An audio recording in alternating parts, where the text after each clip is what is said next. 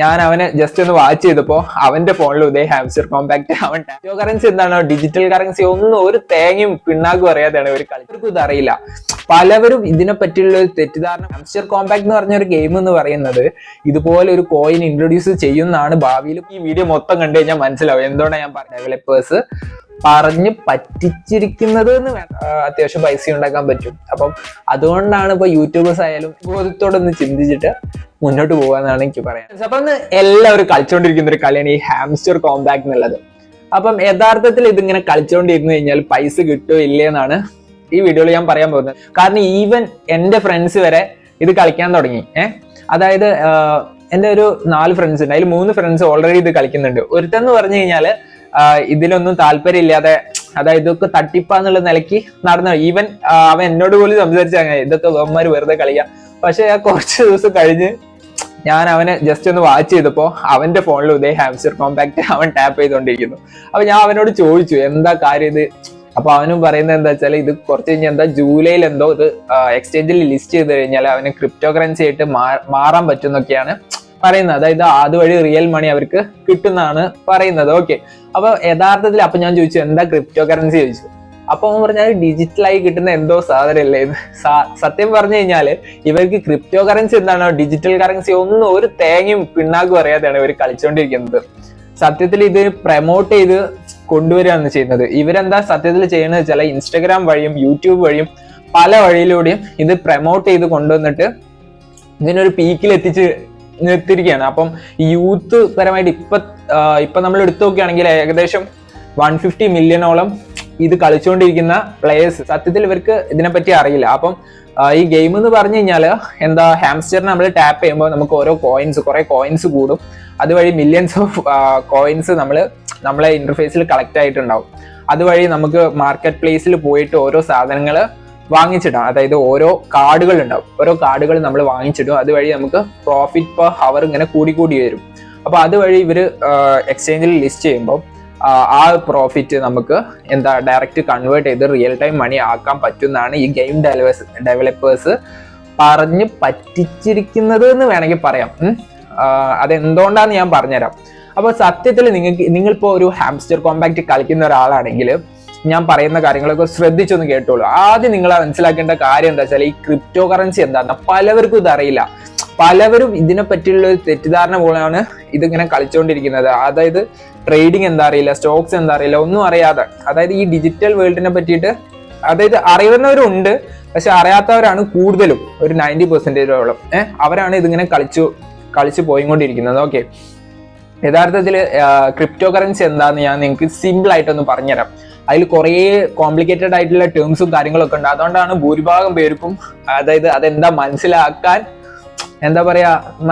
ഒരു ആഗ്രഹം പോലും ഇല്ലാത്തതിന് കാരണം അതാണ്. അപ്പൊ ഓക്കെ, ഞാൻ ജസ്റ്റ് ഒരു കഥയാക്കിയിട്ട് പറഞ്ഞുതരാം എന്താണ് ഈ ക്രിപ്റ്റോ കറൻസി, എങ്ങനെയാണ് അത് വന്നതെന്ന്. ഒരു കഥയാക്കിയിട്ട് പറയാം. പണ്ടൊരു വില്ലേജ് ഉണ്ടായിരുന്നു. ആ വില്ലേജിൽ കുറെ ആൾക്കാരുണ്ടായിരുന്നു. അപ്പം അവർ മെയിൻലി ട്രാൻസാക്ഷൻ നടത്തിയത് ഗോൾഡ് കോയിൻസ് ആയിരുന്നു. അപ്പൊ ഗോൾഡ് കോയിൻസ് അവരെവിടെയാണ് സ്റ്റോർ ചെയ്തത്? ഒരു ബാങ്കിൽ വെച്ചിട്ടാണ് സ്റ്റോർ ചെയ്തത്. ഇപ്പൊ സപ്പോസ് നമ്മളിപ്പോ ഒരാൾക്ക് ഒരു പൈസ കൊടുത്തു കഴിഞ്ഞാൽ ആ ഒരു പൈസ നമ്മൾ ഡയറക്റ്റ് ആയിട്ട് ഒരാൾക്ക് പൈസ കൊടുക്കുകയാണെങ്കിൽ ആ പൈസക്ക് റെക്കോർഡോ കാര്യങ്ങളോ ഒന്നും ഇല്ല. അതായത് ലീഗലി ആയിട്ട് ഒരു റെക്കോർഡോ കാര്യങ്ങളില്ല നമ്മൾ ആ പൈസ അയാൾക്ക് കൊടുത്തതായിട്ട്. ഓക്കെ, അപ്പൊ നമ്മൾ ബാങ്കിൽ എന്ത് ചെയ്യും? പൈസ കൊണ്ടുപോയി. ഇപ്പൊ ഗോൾഡ് കോയിൻസ് ആ വില്ലേജേഴ്സ് കൊണ്ടുപോയിട്ട് ആ ബാങ്കിൽ ഇടുമ്പോ ബാങ്കിൽ ഒരു ആളുണ്ട് വിചാരിക്കുക, ഒരു ബെൻ. ബാങ്കിൽ ഒരു ബാങ്കർ ബെൻ ഉണ്ട്. ഓക്കെ, അയാളൊരു വയസ്സായ ഒരാളാണ്. മൂപ്പരാണ് എല്ലാ കാര്യങ്ങളും കണക്ക് പുസ്തകത്തിൽ എഴുതിയിട്ട് ഇവർക്ക് പൈസകൾ ട്രാൻസാക്ഷൻ ചെയ്യുന്നത്. ഇപ്പൊ ഒരു സ്ഥലം, ആ വില്ലേജിലുള്ള ഒരാൾ വേറെ ആളുടെ സ്ഥലം വാങ്ങി കഴിഞ്ഞാൽ ആ പൈസ മറ്റൊരു അക്കൗണ്ടിലേക്ക് ട്രാൻസ്ഫർ ചെയ്തിട്ട് എഴുതി റെഡിയാക്കിയത് എല്ലാ കണക്ക് പുസ്തകവും സെറ്റാക്കുന്നത് ഈ ബെന്നാണ്. അപ്പൊ ഈ ബാങ്കിൽ എന്തെങ്കിലും കാര്യങ്ങൾ, എന്തെങ്കിലും മിസ്റ്റേക്ക്, അതായത് കറപ്ഷൻ നടന്നു കഴിഞ്ഞാൽ ഇവരെ ഇത് മൊത്തം തെറ്റും. അതായത് ഇവരെ ട്രാൻസാക്ഷൻ ആയാലും ആ മണീന്റെ വാല്യൂ, ആ ഗോൾഡ് കോയിന്റെ ഇതുപോലും ഉണ്ടാവില്ല. ഗോൾഡിന് എന്തായാലും ഒരു വാല്യൂ ഉണ്ട്, അല്ലാതെ ഒരു കാര്യങ്ങളും പിന്നെ ഉണ്ടാവില്ല. ഓക്കെ, അപ്പം അത് മനസ്സിലാക്കിയിട്ട് അവിടെ ഒരു സാം എന്ന് പറഞ്ഞൊരു ചെങ്ങായി ഉണ്ട്. മൂപ്പർ എന്ത് ചെയ്തു? മൂപ്പര് കുറച്ച് ഒന്ന് ചിന്തിച്ചു നോക്കി. ഇപ്പൊ ഈ ബാങ്ക് ബെന്നിന്റെ അടുത്ത് പോയിട്ട് നമ്മൾ കുറെ നേരം ക്യൂ നിന്നിട്ട് എന്തിനാണ് ഇത്രയും കാര്യങ്ങളൊക്കെ നമ്മൾ ട്രാൻസാക്ഷൻ ചെയ്യേണ്ട ആവശ്യം? നമുക്ക് നമ്മളുടേതായിട്ടുള്ള ഒരു ഡിജിറ്റലി നമുക്കൊരു ഒരു കറൻസി ഉണ്ടാക്കിക്കൂടെ എന്നൊരു ചിന്ത വന്നു സാമിന്. അപ്പൊ സാം എന്ത് ചെയ്തു വെച്ചാല് സാമിന് പഴയ കുറെ പുസ്തകങ്ങൾ കിട്ടി. അപ്പൊ അതിൽ ക്രിപ്റ്റോ കറൻസിനെ പറ്റിയിട്ടൊക്കെ ഉണ്ടായിരുന്നു. അപ്പൊ സാം എന്ത് ചെയ്തു, ഇത്തരത്തിലൊരു പ്ലാറ്റ്ഫോം ബിൽഡ് ചെയ്യാൻ തുടങ്ങി. ഓക്കെ, ഡിജിറ്റലി ആയിട്ടുള്ള കാര്യങ്ങൾ കുറെ ചിന്തിച്ചിട്ട് ബിൽഡ് ചെയ്യാൻ തുടങ്ങി. അപ്പം അങ്ങനെ സാം ഇൻവെൽഡ് ചെയ്ത ഒരു സാധനമാണ് ഈ ക്രിപ്റ്റോ കറൻസി. അപ്പൊ അതിന് വില്ലേജുകളുടെ ഇടയിൽ ആക്സെപ്റ്റൻസ് ഇല്ലല്ലോ. അപ്പം സാം എന്ത് ചെയ്തു, സാം കുറെ ലീഗലായിട്ടുള്ള പ്രൊട്ടക്ഷനും കാര്യങ്ങളൊക്കെ അതിന് കൊണ്ടുവന്നു. അപ്പം അതിൽ മെയിൻ ആയിട്ട് വരുന്ന കുറച്ച് ടേംസ് ആണ് ഈ ക്രിപ്റ്റോ കറൻസിനെ ചുറ്റിപ്പറ്റിയുള്ള ഒരു ടേംസ് ആണ് ഈ ബ്ലോക്ക് ചെയിൻസ്, ബ്ലോക്ക്, പിന്നെ മൈനേഴ്സ്.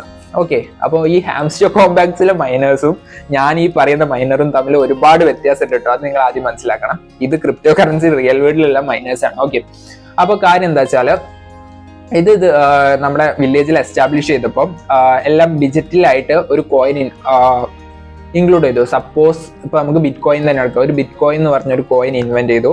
ആ ഒരു കോയിൻ ഡിജിറ്റലി ആയിട്ടുള്ള കുറച്ച് കോയിൻസ് ആണത്. അപ്പം അതിന് വാല്യൂ കിട്ടാൻ തുടങ്ങി. അത് വില്ലേജസിന്റെ അടുത്ത് ഡിസ്ട്രിബ്യൂട്ട് ചെയ്ത് അത് ട്രേഡ് ചെയ്ത് അതല്ലെങ്കിൽ അത് ഒരാൾക്ക് കൊടുത്തിട്ട് പ്രോപ്പർട്ടി വാങ്ങുക, അങ്ങനത്തെ കാര്യങ്ങളിലേക്കൊക്കെ വില്ലേജസ് എത്തിപ്പെട്ടു. അപ്പം അതിൽ വരുന്ന കാര്യമാണ് ഈ മൈനേഴ്സ്, ബ്ലോക്ക് ചെയിൻ. അതായത് ഇപ്പം നമ്മൾ ബാങ്കിൽ പോയി കഴിഞ്ഞാൽ ബാങ്കിന്റെ കണക്ക് പുസ്തകം എഴുതുന്നത് അവിടുത്തെ ബെന്നാണ്, ബാങ്കർ ബെന്ന്.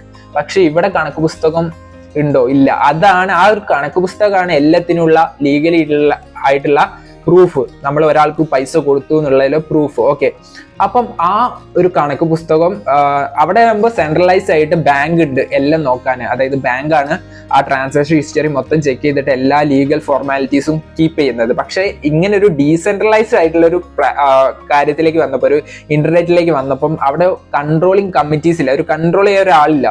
അപ്പം ഈ സാം ഇൻവെന്റ് ചെയ്ത സാധനമാണ് ഈ ബ്ലോക്ക് ചെയിൻ എന്ന് പറയുന്നത്. ഈ ബ്ലോക്ക് ചെയിൻ എന്ന് പറഞ്ഞാൽ എന്താണെന്ന് വെച്ചാല് നമ്മളെ ഡിജിറ്റൽ ക്രിപ്റ്റോ കറൻസിന്റെ ഒരു കണക്ക് പുസ്തകം എന്ന് വേണമെങ്കിൽ പറയാം. അതാണ് ഈ ബ്ലോക്ക് ചെയിൻ എന്ന് പറയുന്നത്. അപ്പം സിമ്പിൾ ആയിട്ട് കാര്യങ്ങൾ ഞാൻ പറഞ്ഞു തരാം കേട്ടോ. ഏറ്റവും സിമ്പിൾ ആക്കിയിട്ടാണ് ഞാൻ കാര്യങ്ങൾ പറഞ്ഞു തരുന്നത്. അപ്പൊ ഈ ബ്ലോക്ക് ചെയിൻ എന്ന് പറയുന്നത്, അപ്പൊ ഈ മൈനേഴ്സ് എന്ന് പറയുന്ന ആൾക്കാർ എന്താ വെച്ചാൽ ഇപ്പം ആ വില്ലേജിൽ ഒരാൾക്ക് ട്രാൻസാക്ഷൻ ചെയ്തു കഴിഞ്ഞാൽ പിന്നെ ആ ട്രാൻസാക്ഷൻ ഒരു ഹിസ്റ്ററി ഉണ്ടാവില്ല. അത് ചെയ്ത കാര്യങ്ങളൊക്കെ പ്രൂഫ് ഓഫ് വർക്ക് എന്നുള്ള ഒരു രീതിയിൽ എന്ത് ചെയ്യും, ഈ മൈനേഴ്സ് ആണ് ഈ ബ്ലോക്ക് ചെയിനിലേക്ക്, അതായത് ഒരു ട്രാൻസാക്ഷൻ ചെയ്ത് കഴിഞ്ഞാൽ ആ ട്രാൻസാക്ഷൻ ഒരു ബ്ലോക്ക് എന്ന് പറയാം. ആ ബ്ലോക്ക് നമ്മൾ പിന്നെ ഈ ബ്ലോക്ക് ചെയിനിലേക്ക് ആഡ് ചെയ്യണം. അതാണ് ഈ മൈനേഴ്സ് ചെയ്യുന്ന കാര്യം.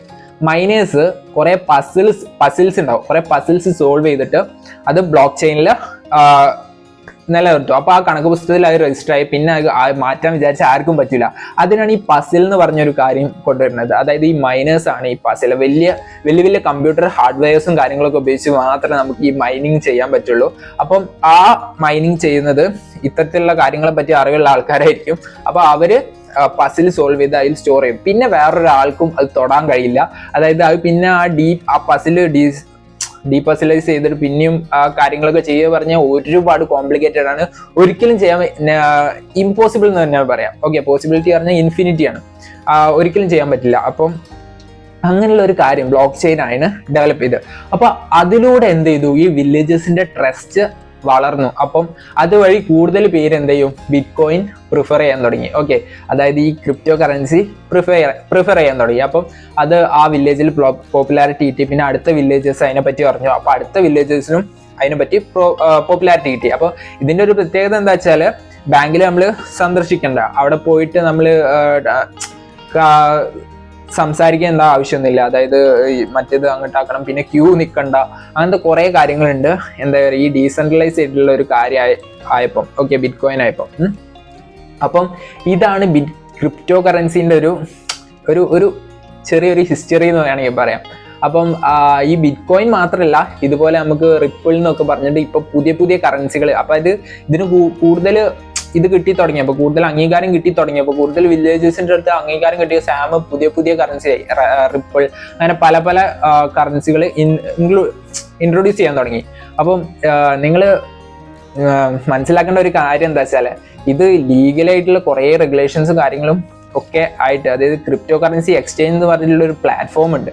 ആ പ്ലാറ്റ്ഫോം അംഗീകരിക്കുന്ന എല്ലാ കാര്യങ്ങളും ഉണ്ടെങ്കിൽ മാത്രമേ ഇതുപോലെ ഒരു പുതിയ കോയിൻ നമുക്ക് ഇൻട്രൊഡ്യൂസ് ചെയ്യാൻ പറ്റുള്ളൂ. അപ്പൊ ഈ ഹാംസ്റ്റർ കോമ്പാക്ട് എന്ന് പറഞ്ഞ ഒരു ഗെയിം എന്ന് പറയുന്നത് ഇതുപോലെ ഒരു കോയിൻ ഇൻട്രൊഡ്യൂസ് ചെയ്യുന്നതാണ് ഭാവിയിൽ പറയുന്നത്. ക്രിപ്റ്റോ കറൻസി എന്താന്ന് ജസ്റ്റ് ഒരു ഐഡിയ നിങ്ങൾക്ക് കിട്ടിയിട്ടുണ്ടോ? അപ്പൊ ഇതാണ് ക്രിപ്റ്റോ കറൻസി. അപ്പം ഏറ്റവും, അതായത് ഇപ്പോൾ ഒരു ബിറ്റ് കോയിൻ എന്ന് പറഞ്ഞാൽ ഏറ്റവും ആദ്യം വന്ന ക്രിപ്റ്റോ കറൻസിയാണ് നമ്മൾ ഈ ബിറ്റ് കോയിൻ. അപ്പൊ ബിറ്റ് കോയിൻ ഏകദേശം ഇപ്പോൾ ഇന്ത്യൻ റുപ്പി, അതായത് അതിന്റെ വാല്യൂസ് മാർക്കറ്റിൽ ഫ്ലക്ച്വേറ്റ് ചെയ്തുകൊണ്ടിരിക്കും. അതിലൊരു കോൺസ്റ്റന്റ് വാല്യൂ ഇല്ല. ഇപ്പൊ ഞാൻ ഒരു ആവറേജ് വാല്യൂ, ഒരു ഇന്ത്യൻ റുപ്പിയിൽ ആവറേജ് വാല്യൂ എന്ന് പറഞ്ഞാൽ ഒരു ബിറ്റ് കോയിൻ ഏകദേശം 30 ലക്ഷം അല്ലെങ്കിൽ 25 ലക്ഷം അതിന്റെ ഇടയിലൊക്കെ ആയിട്ട് വരുന്നുണ്ട് ഒരു ബിറ്റ് കോയിന് പ്രൈസ് ഇന്ത്യൻ മാർക്കറ്റിൽ. ഓക്കെ, അപ്പൊ ഇതുവഴി നമുക്ക് ഈ ബിറ്റ് കോയിൻ നമുക്ക് കൊടുത്തു കഴിഞ്ഞാൽ നമുക്ക് പ്രോപ്പർട്ടി വാങ്ങാനൊക്കെ പറ്റും, അത് സ്വീകരിക്കുന്ന ലെൻഡേഴ്സ് കാര്യങ്ങളൊക്കെ ഉണ്ടെങ്കിൽ. ഓക്കെ, അപ്പം അതാണ് ഈ ഒരു ക്രിപ്റ്റോ കറൻസിന്റെ ഒരു ചരിത്രം നോക്കുകയാണെങ്കിൽ. അപ്പൊ ഈ ബ്ലോക്ക് ചെയിനിൽ വരുന്ന ഈ മൈനേഴ്സ് എന്ന് പറഞ്ഞു കഴിഞ്ഞാൽ അത്രയും സ്കിൽഡ് ആയിട്ട് അത്രയും ഹാർഡ്വെയറും കാര്യങ്ങളൊക്കെ ഉണ്ടെങ്കിൽ മാത്രം അവർക്ക്, സോഫ്റ്റ്വെയറും കാര്യങ്ങളൊക്കെ ഉണ്ട്, അപ്പൊ അതുണ്ടെങ്കിൽ മാത്രം അവർക്ക് ഇത് ചെയ്യാൻ പറ്റുള്ളൂ. അപ്പം ഇത് ചെയ്യുന്നതിന് ഇവർക്ക് എന്ത് ചെയ്യും, ക്രിപ്റ്റോ കറൻസി കിട്ടുന്നുണ്ട്. അതായത് ഈ മൈനിങ് ചെയ്യുമ്പോൾ ഇവർക്ക് ക്രിപ്റ്റോ കറൻസി ഒരു റിവാർഡ് ആയിട്ട് കിട്ടുന്നുണ്ട്. കാരണം ഇത്തരത്തിൽ ഈ ബ്ലോക്ക് ചെയിനിൽ ബ്ലോക്സ് ചെയിനാക്കി സേവ് ചെയ്യാന്ന് പറഞ്ഞു കഴിഞ്ഞാൽ, പസിൽ സോൾവ് ചെയ്യാന്നൊക്കെ പറഞ്ഞു കഴിഞ്ഞാൽ ഏറ്റവും ഒരു ബുദ്ധിമുട്ടുള്ള കാര്യമാണ്. ഓക്കെ, അപ്പൊ അത് ചെയ്തു കഴിഞ്ഞാൽ അവർക്ക് ഇത്ര ബിറ്റ് കോയിൻ വെച്ചിട്ട് അവർക്ക് ബിറ്റ് കോയിൻ അല്ല ക്രിപ്റ്റോ കറൻസി കൊടുക്കുന്നുണ്ട്. ഓക്കെ, അത് വേറെ കാര്യം. അപ്പൊ ഞാൻ പിന്നെ ഈ ഹാംസ്റ്റർ കോമ്പാക്റ്റിലേക്ക് പിന്നെയും വരികയാണ്. അപ്പൊ ഇതിൽ നിങ്ങൾ ഇങ്ങനെ കുത്തുന്ന ഈ മൈനിങ്സ് ഇല്ലേ, ഒരു കാര്യമില്ല. ഇതിന് മൈനിങ് എന്നല്ല പറയാം. ഇത് ഈ ഗെയിമേഴ്സ് ഈ മൈനിങ് എന്നുള്ള ഒരു പേര് കൊണ്ടുവരാൻ തന്നെ കാരണം എന്താ വെച്ചാൽ ഈ ക്രിപ്റ്റോമായിട്ട് റിലേറ്റ് ചെയ്തെടുക്കുന്ന ഏറ്റവും റിലേറ്റ് ആയി നിൽക്കുന്ന ഒരു വേർഡാണ് ഈ മൈനിങ്. അപ്പം ഇത് ഗെയിമിൽ ഈ മൈനിങ് എന്ന് പറഞ്ഞു കഴിഞ്ഞാൽ അതിനായിട്ട് ഒരു ബന്ധമില്ലാത്തൊരു സാധനമാണ്, ഇങ്ങനെ കുറെ ഇതായിക്കൊണ്ടിരിക്കുന്നുള്ളത്. ഓക്കെ, അപ്പം ഇനി ആ ഹാംസ്റ്റർ കോമ്പാക്റ്റിലേക്ക് വരാം. ഇതിൽ നിങ്ങൾ ഇങ്ങനെ ടാപ്പ് ചെയ്ത് നിങ്ങളെ ഫസ്റ്റ്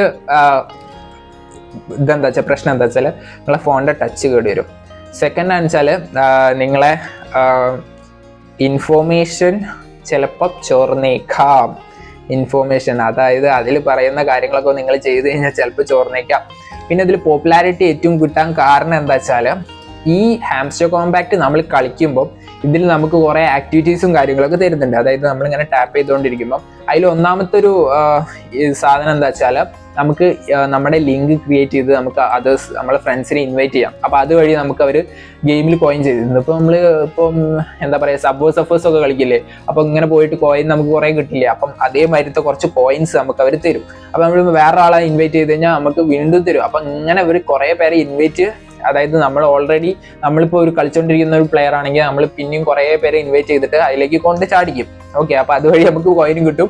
അതേമാതിരി ഇപ്പോൾ നമ്മൾ വേറൊരാൾ ഇൻവൈറ്റ് ചെയ്താൽ അവര് പിന്നെ വേറെ ആൾക്ക് ഇൻവൈറ്റ് ചെയ്യുമ്പോൾ അവർക്ക് കോയിൻ കിട്ടും. അതുകൊണ്ട് അങ്ങനെ അത് ചെയിനായിട്ട് ഇങ്ങനെ പോകും. ഓക്കെ, അപ്പൊ അതാണ് ഏകദേശം സംഭവിച്ചുകൊണ്ടിരിക്കുന്നത്. പിന്നെ സോഷ്യൽ മീഡിയയിലുള്ള പോപ്പുലാരിറ്റി വേറെയും.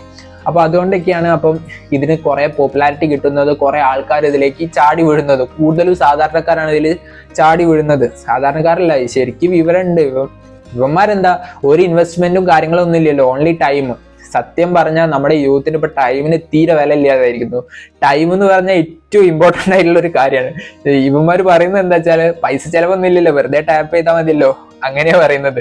അനലിസ്റ്റ് ചെയ്താൽ പൈസ കിട്ടുമല്ലോ എന്നുള്ള ഒരു ഇതിലാണ് പറയുന്നത്. ഓക്കെ, ഇത് ഇൻവെസ്റ്റേഴ്സിന് കുറെ പൈസ ഉണ്ടാക്കാനുള്ളൊരു മാർഗമായിട്ട് വേണമെങ്കിൽ പ്രഖ്യാപിക്കാം. കാരണം ഞാൻ എല്ലാം പറയുന്നത് എന്താ വെച്ചാല് നിങ്ങൾക്കൊരു വിഷമം തോന്നണ്ടെന്ന് വിചാരിച്ചിട്ടാണ് ഞാൻ ജസ്റ്റ് ഇങ്ങനെ അയക്കാം എന്ന് വെച്ച് പറയുന്നത്.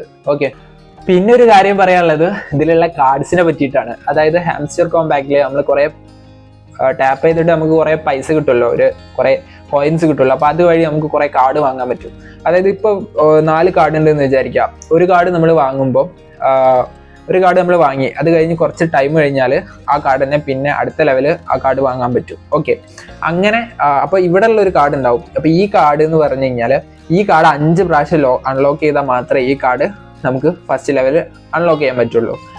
അങ്ങനെ ഈ കാർഡ് 5 പ്രാവശ്യം ഒരു 10 പ്രാവശ്യം അൺലോക്ക് ചെയ്താലാ ഇവിടെ കിടക്കുന്ന കാർഡ് നമുക്ക് അൺലോക്ക് ചെയ്യാൻ പറ്റുള്ളൂ. ഓക്കെ, ഈ കാർഡ് ഇങ്ങനെ അൺലോക്ക് ചെയ്യുമ്പോൾ നമ്മുടെ പ്രോഫിറ്റ് പെർ ഹവർ എന്ന് പറഞ്ഞൊരു കോളുണ്ട്. അപ്പോൾ അതിൽ കുറെ പൈസ ഇങ്ങനെ കൂടി വരും. ഓക്കെ, അതാണ് ആക്ച്വലി സംഭവിക്കുന്നത്. ഓക്കെ, അപ്പം ഇത് അൺലോക്ക് ചെയ്യാൻ തന്നെ നമുക്ക് കുറച്ച് ടൈം എടുക്കും. അപ്പോൾ ഇത് അൺലോക്ക് ചെയ്യാൻ അതിനെക്കാട്ടും ടൈം എടുക്കും. ഓക്കെ, അപ്പം നമ്മുടെ സമയത്തിന് എങ്ങനെ കൊല്ലാന്ന് വേണമെങ്കിൽ പറയാം. അപ്പം അത്രയും സമയത്തിന് നമ്മളെ കൊന്നുകൊണ്ടിരിക്കുകയാണ്. ഓക്കെ, സത്യത്തിൽ പറഞ്ഞു കഴിഞ്ഞാൽ ഇപ്പൊ ഈ യൂത്തിന് എന്ന് പറഞ്ഞു കഴിഞ്ഞാൽ സമയത്തിന് തീരെ വില ഇല്ലാത്തൊരു അവസ്ഥയാണ്. കാരണം എല്ലാവരോടും ഇപ്പൊ ചോദിക്കുന്നത്, അപ്പൊ ഇത്രയും ടൈം വേസ്റ്റ് അല്ലേ എന്ന് ചോദിക്കുമ്പോൾ അവർ പറയുന്ന കാര്യം എന്താ വെച്ചാല് വേറെ പൈസ ചെലവൊന്നും ഇല്ലല്ലോ, ജസ്റ്റ് ഇങ്ങനെ ടാപ്പ് ചെയ്താൽ പോരെ. അപ്പോൾ അതിന് ടാപ്പ് ചെയ്താൽ മാത്രം പോരെ, വേറെ ടൈമിന്റെ ഇൻവെസ്റ്റ്മെന്റും കാര്യങ്ങളൊക്കെ ഉണ്ട്. ഓക്കെ, അപ്പം ടൈമിന് തീരെ വില ഇല്ലാത്തൊരു സിറ്റുവേഷൻ ആണ് നമുക്ക് ഇതിൽ കാണാൻ കഴിയുന്നത്. ഓക്കെ, അപ്പം സത്യം പറഞ്ഞതൊക്കെ ഒരു കോമഡി ആയിട്ടാണ് എനിക്ക് തോന്നുന്നത്. വെറുതെ നമ്മുടെ സമയം വേസ്റ്റ് ചെയ്യാണ്.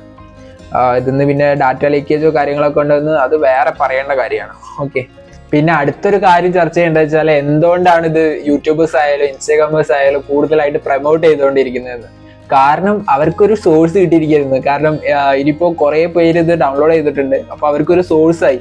അപ്പോൾ അതുവഴി വീഡിയോ ചെയ്ത് കഴിഞ്ഞാൽ അവർക്ക് കുറേ വ്യൂസും അത്യാവശ്യം പൈസ ഉണ്ടാക്കാൻ പറ്റും. അപ്പം അതുകൊണ്ടാണ് ഇപ്പോൾ യൂട്യൂബേഴ്സ് ആയാലും എല്ലാവരും ഇത് പ്രൊമോട്ട് ചെയ്തുകൊണ്ടിരിക്കുന്നത്. ഓക്കെ, അപ്പം അതിലൊന്നും ചെന്ന് ചാടിക്കൊടുക്കാതെ യുക്തിബോധത്തോടൊന്ന് ചിന്തിച്ചിട്ട് മുന്നോട്ട് പോകാന്നാണ് എനിക്ക് പറയാനുള്ളത്. ഓക്കെ, അപ്പം എല്ലാവരും ഒരു കാര്യം ചെയ്യുക. ഞാൻ ഇത്രയും പറഞ്ഞിരുന്നു, നിങ്ങൾക്ക് എന്തെങ്കിലും മനസ്സിലായിട്ടുണ്ടെങ്കിൽ ഉചിതമായുള്ള ഒരു തീരുമാനം നിങ്ങൾ തന്നെ എടുത്തേക്കുക. ഓക്കെ, അപ്പം അത്രയ്ക്ക് പറയാനുള്ളൂ. അപ്പം ഇതൊക്കെയാണ് ഇന്നത്തെ നമ്മുടെ വീഡിയോ. അപ്പം ക്രിപ്റ്റോ കറൻസിനെ പറ്റിയിട്ട് ബേസിക് ആയിട്ടുള്ള ഒരു നോളജ് നിങ്ങൾക്ക് കിട്ടിയെന്ന് ഞാൻ വിചാരിക്കുന്നു. അപ്പോൾ അതുവഴി ഹാംസ്റ്റർ കോംപാക്ട് ഗെയിമിനെ പറ്റിയിട്ടുള്ളൊരു കാര്യം നിങ്ങൾക്ക് മനസ്സിലായെന്ന് വിചാരിക്കുന്നു. ഓക്കെ, അപ്പൊ ഇത്രയൊക്കെ കാര്യങ്ങളാണ് പറയാനുള്ളൂ. അപ്പം ഇതിലും നല്ല വീഡിയോസും കാര്യങ്ങളൊക്കെ ആയിട്ട് നമുക്ക് ഇനിയും വരാം. അപ്പൊ അതുവരേക്കും bye bye and take care.